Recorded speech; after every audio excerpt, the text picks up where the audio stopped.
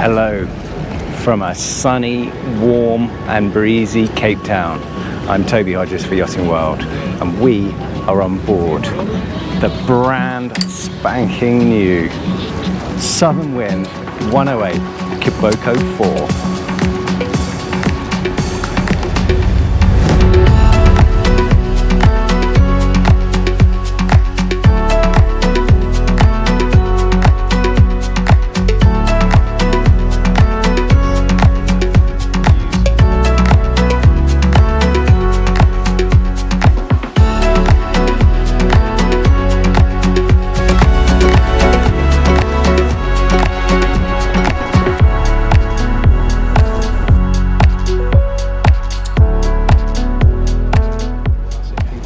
When I say brand new, it's brand new. This boat gets handed over tomorrow, no, day after tomorrow to the owner. We've flown to Cape Town to see where it's launched, where it's built. We'll go through the yard tomorrow to look at number 3. This is 108, number 2, Kiboko 4. So yeah, 4 Kibokos for this owner over a 20-year period. Started with a 72, 94, the 105 we sailed 5 years ago, and now this 108. It gets bigger each time, better. We'll have a look. We're going sailing now. It's going to be very, very interesting to see what it's like under sail, because these are carbon performance boats. Southern Wind, you should know them. Italian brand, built in South Africa. Ocean cruising, cruiser racers, high performance boats. And this one has a lift keel, slightly shorter mast than the first one because that had a hybrid system, so it's slightly heavier with a telescopic keel as well and a variable pitch propeller. But there should be plenty of performance in this. Pretty sparkling introduction to sailing a Southern Wind off Cape Town here. Comes straight out and into just awesome conditions. We've got, and I'm going to show you some wind instruments here. You have to take my word for it. We've got 22 knots true. We started out sailing with the full Genoa and changed now to the stay sail. Still got full main up, and we are sailing at double figures, averaging around 10.5 knots in 22 true. Going upwind at sort of early 30s apparent or 50 degrees true, and it's a lot of fun on the helm, I can assure you. And that's taking it gently, because bearing in mind, don't want to overload the boat. Brand new and yet to be handed over. There's quite a few of us on here still testing the systems, but yeah, plenty heel angle on, going upwind like this. I'm going to go through attack. On my side. What do you want, not go? Okay. 3, 2, 1. Backing.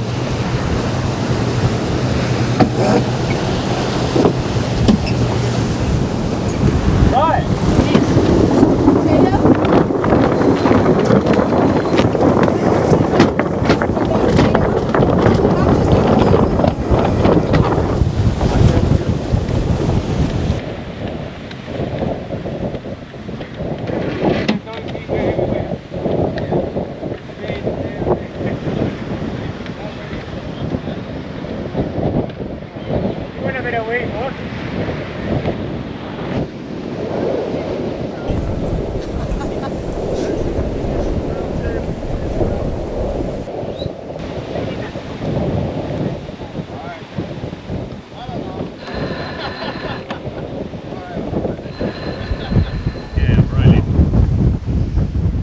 This is a pretty special experience to come straight out of Cape Town here.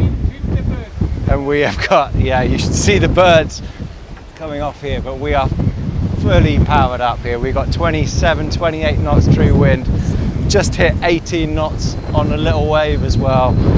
Really beautiful sunny sailing conditions, and this boat is going like an absolute train on a reach here. You can really feel the load and power through these twin rudders. full carbon boat, and yeah, I mean, I didn't think we'd be getting this on a quick sail trial before handing over to the boss, but what a special experience. Sitting at 15 knots here without even trying. 23 knots true. You can see, you might be able to see, there's a nice bit of swell coming across our quarter as we're heading back towards Cape Town now on starboard. This is beautiful sailing. 17 knots boat speed. Woo.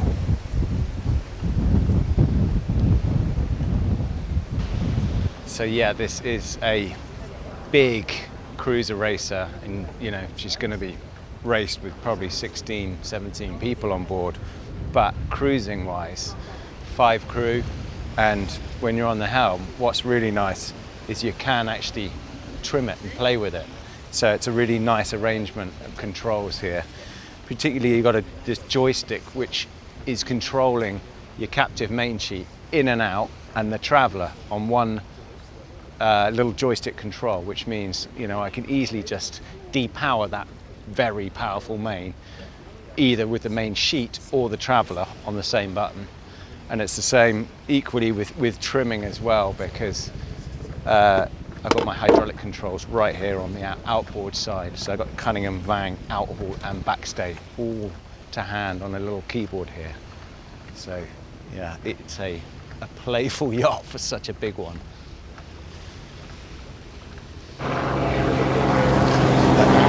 Wow, wow, wow.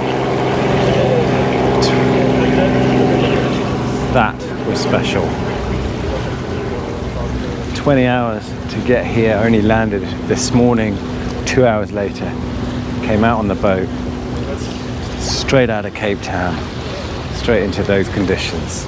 We just had 25 to 28 knots true, reaching with swell and feeling this boat absolutely loaded up and powered up and going like a train on a reach, with a bit of swell following from the quarter there. Managed to clock over 18 knots. That's not bad, is it, the day before it gets handed over? Well, it shows this shipyard a lot of confidence in this boat, and it shows why they're so popular, really. If you're doing that sort of thing, it's like sailing a big oversized dinghy. To be able to do that coming straight out for sea trials, straight from the capital here. Very, very cool experience. You can tell it's a special moment for all on board, really. You got Marco, the CEO of the yard here. Ramon on the helm at the moment, his 4th Kiboko with this owner after 20 years. Behind me, Christoph, project manager. Sean, the yard captain. I mean, they're all excited to be here, to be handing over this boat, and you can tell it's a pretty special occasion as well. So yeah, thanks Southern Wind for letting me be part of that.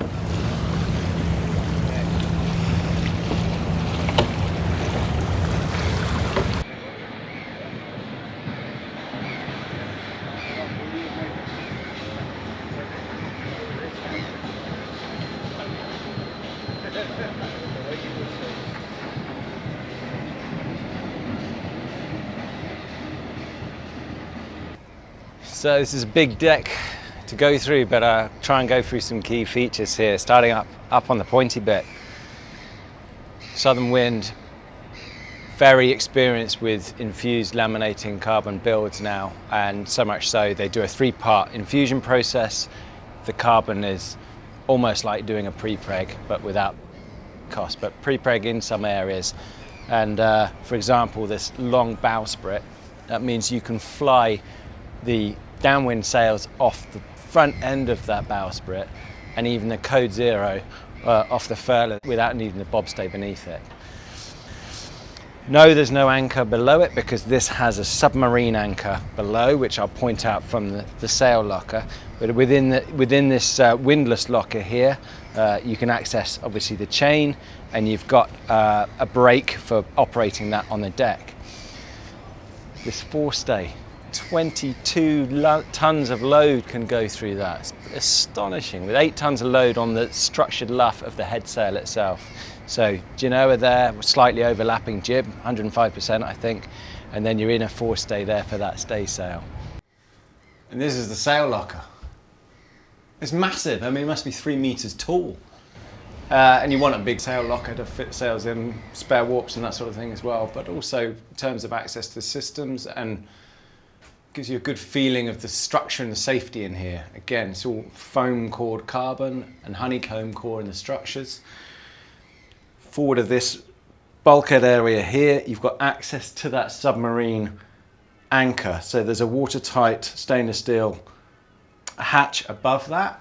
And so those that don't know what a submarine anchor does, rather than have it, the anchor roller on the bowsprit, which is, you know, weight right forward and could look a little bit ugly if it's there all the time.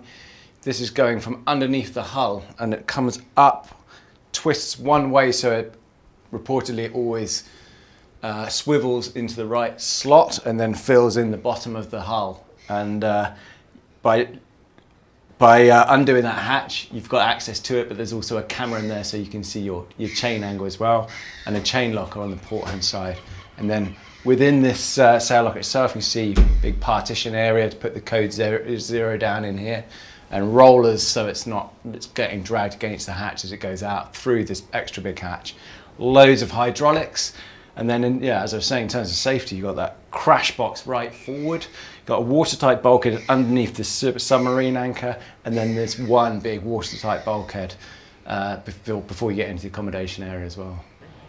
In terms of the sail setup then, you move from the Genoa down. You can leave it rigged up like an IMOCA, you know, with your code 0 out there, your Genoa, your stay sail, and then an inner stay sails, they're on locks. Your inner stay sails on a pad-eye 2-to-1 system. But in terms of stowing them, as well as a sail locker, you've got this system that Southern Wind's used since they're 90, I think, but this central longitudinal flat wide deck space, which you can get your stay sail, storm jib, that sort of thing in here. And that's built into the deck structure. And then moving aft here, obviously 4 winches around the mast base if you're running rigging stuff, but this is really neat to see on a sort of performance cruising yacht. And that's a transverse jib track. So that means that your sheeting angle can obviously be brought right in here when you're using your head sail sheets. So those are both running through that thimble there. And what's quite nice is the cylinders that are controlling those are controlling the in-out and the up-down height. So on one side there's a cylinder below this rail here, which is both pulling, when that pulls this jib cart in, the other one on the starboard side would go out because it's one piston pulling them, and vice versa. And then the other piston is doing the up-down. So this thimble here, that's controlling the height. So the other one's pulling, so they would both go up or down basically when you ask them to on the button. But yeah, in terms of getting really nice tight sheeting angles, I mean it's like a push button race system really. It's pretty cool to see. And then otherwise you've got a nice big Hall carbon spar, EC6 carbon rigging, titanium deck gear throughout. It's very performance led. So as you can see from here, that beam buys a lot of cockpit space. Now, to have been quite clever with that, you can see there's a slight step in the cockpit when you get to that guest cockpit area. What that means is it sinks it down a little bit, gives it a bit of protection.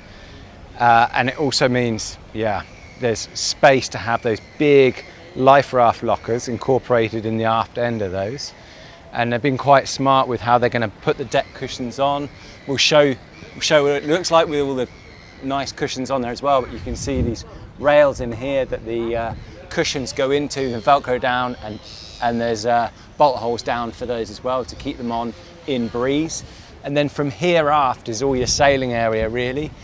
And again, it's sort of big learnings from the owners and the skipper's previous boats as well. He really wanted like line stowage for all the tails to go away and hide away in this locker here, keep the deck clean.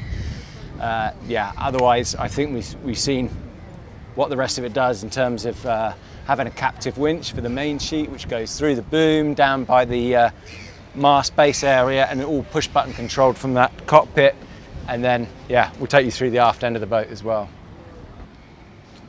And then you get after the wheels here, you obviously got a huge amount of beam again, a lot of deck space area, and good stowage as well. I mean, below these quarter lockers, good amount of bosun stowage, again, access to hydraulics. And you can see just how direct those steering systems are. So it's literally a Dyneema system going around the quadrant, super direct. You feel that JP3 steering.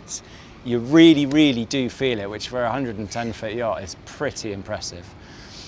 And then this is an area that I guess has been a bit of a transformation with this boat, is having this beach club terrace area, because that's a clever hinging system they've brought in here.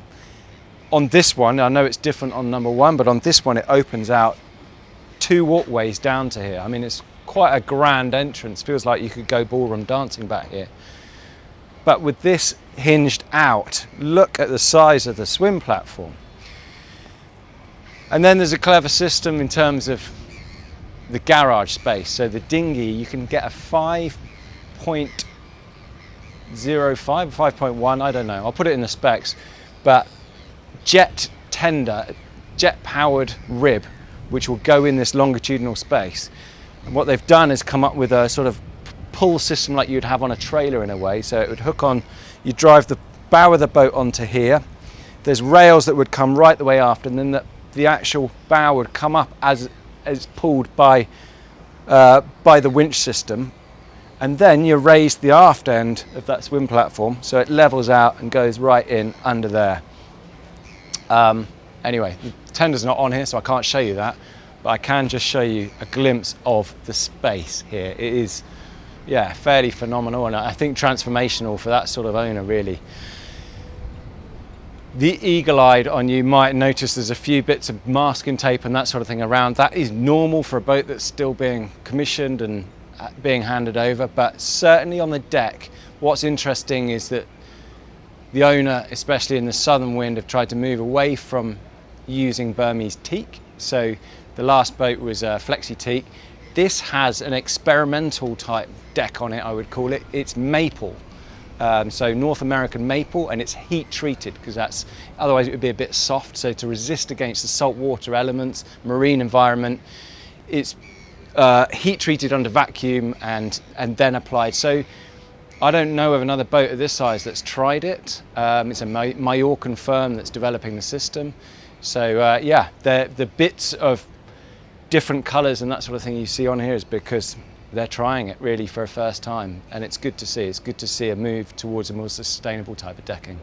So a bit more about this Southern Wind 108 smart custom concept. The first yacht to launch, Galicia launched a year ago, and the first number one, and this one is the sister ship really. There are a few layout differences, and in terms of Kiboko 4, the owner wanted a bit more space. So the boat is, when you look at it compared to the 105, for example, it buys a bigger longitudinal garage space because it's got slightly more beam, slightly more length, slightly more weight, but then you've got slightly more displacement and you've got slightly more sail area. So everything's a bit bigger, a bit more space for the crew, a bit more righting boom, a bit more power. And then when you come inside the boat in terms of layout, you know, you're not buying any more cabins over a 105, but what Southern Wind offers here is the ability for an owner to adapt it to their style. So as I say, with number one, they had a big office area further forward of this, which the two link into. I'll show you that now. This one's got more of a daybed area, but this is, you know, Southern Wind's tried and tested concept, the layout of the boat, which means, by that I mean with Southern Wind, far and now to design as well. They've been very, very good at doing this for many years now, and that is having a raised saloon format with the crew aft and the owner's cabin forward, and it just makes a lot of sense when you spend time on the boat. As you can see, when you come down through this companionway, it is flooded with natural light. Big skylights above me, but particularly noticeable, I thought, is the huge hull windows. I mean, there is so much light and views coming from those.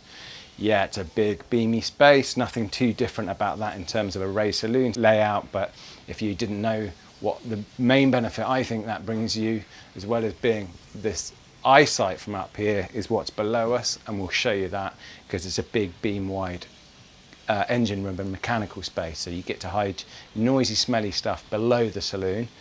And then, yeah, further forward, well, we'll go down there now and have a look. So a few more key differences over number one, which was a hybrid boat. So that meant slightly heavier. It had a variable pitch prop on it, so the rig was slightly higher. This one's gone for a bit more less is more. Kiboko 4's owner, so it's conventional engine layout.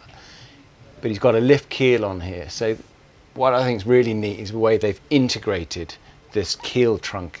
So it's an APM keel from Italy, and that brings the keel up from 6 meters draft up to 4 meters. It's not telescopic, but it means you get that really deep draft for sailing performance. Come down 3 steps from the saloon and you're into this snug area, which, yeah, for this owner, big daybed, TV area. You can see models of his previous boats and how they've each one got bigger up to this 108. And then what I was talking about really is this adaptable layout further up here. So owner's cabin forward, this one has a 3rd guest cabin, so the 2 other guest cabins are further aft of the saloon.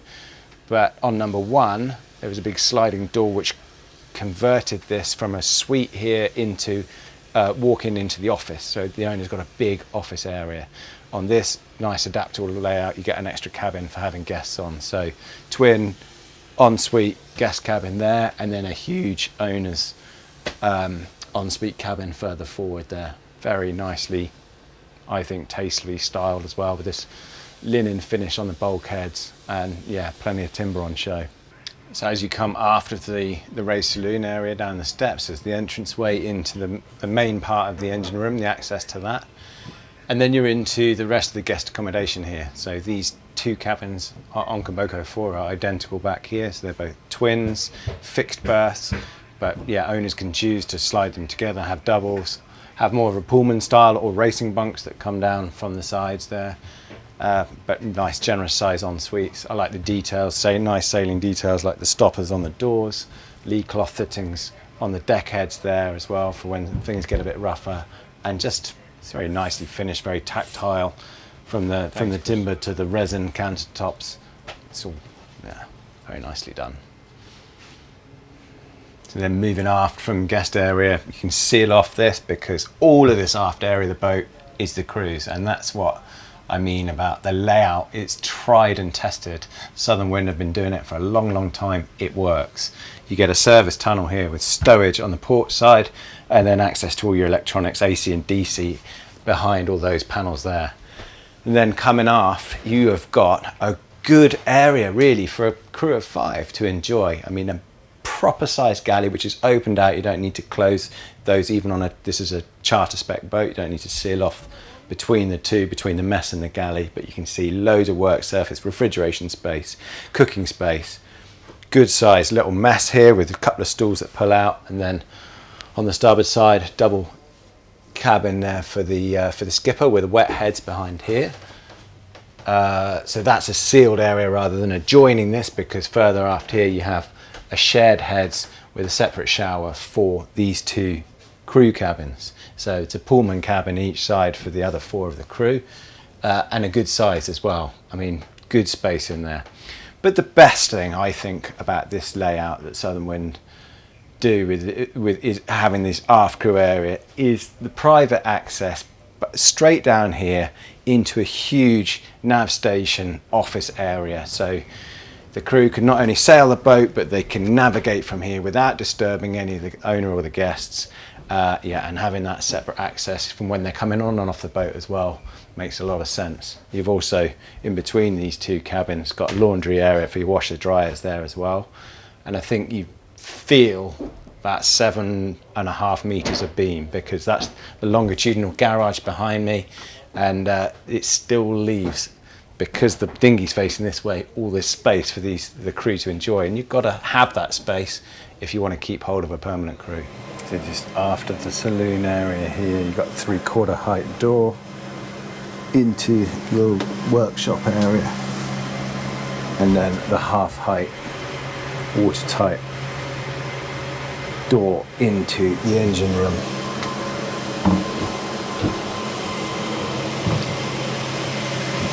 So this gives you the benefit of that beam, 7 meters of beam, but not quite sort of seated headroom until you're in the lower areas here. But you can see conventional engine room with conventional engine and twin genset setup. So you can appreciate the hybrid system on the first boat in here would have swallowed up a lot of space. First one, as well as the main engine there, you've got the twin Cummins 19 kilowatt gensets, which both have a PTO on them. And then over on that side there with the blue on them, you've got twin hydraulic power packs as well. So they're 20 kilowatt DC power packs.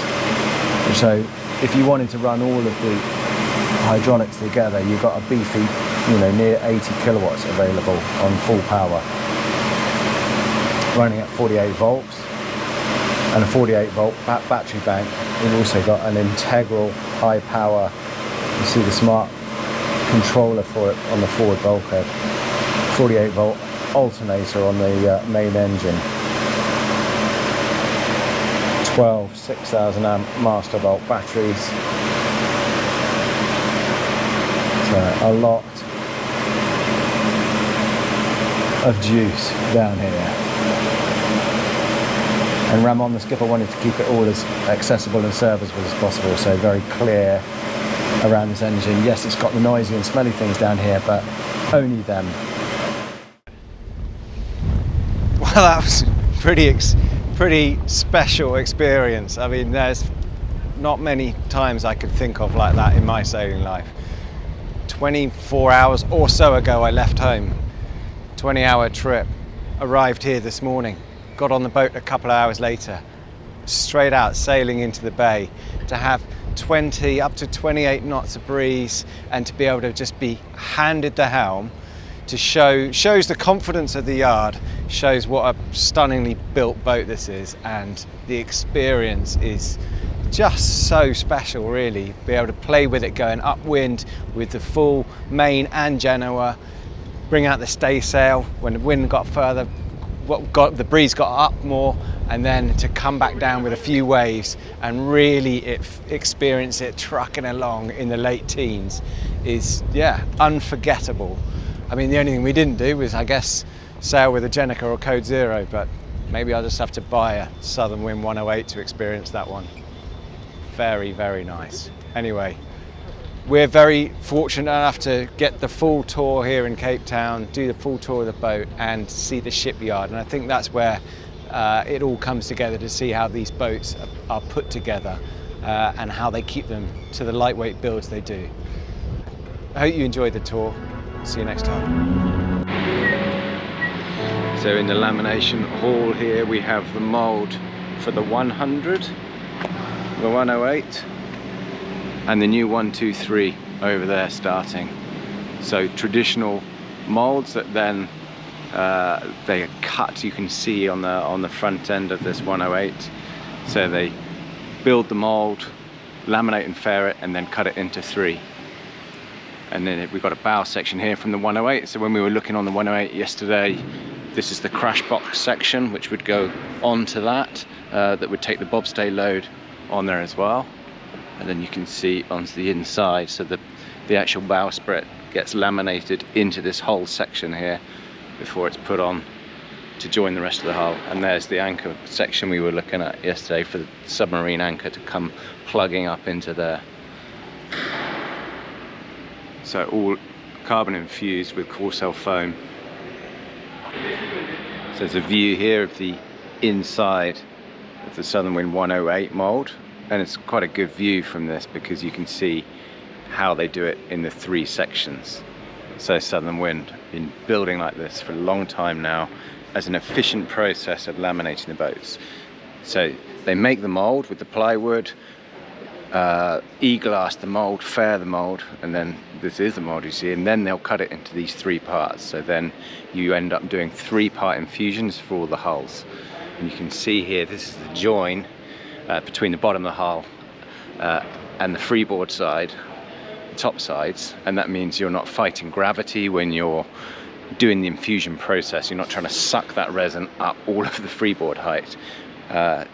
So it makes for an efficient process, and in terms of joining together, that's you're tapering in along that mould.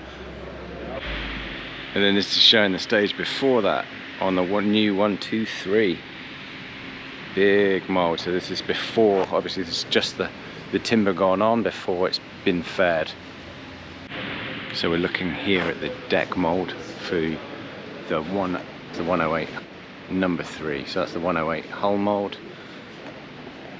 And it comes into here from, it's molded on a universal mold, which so you can change the camber and the length of it.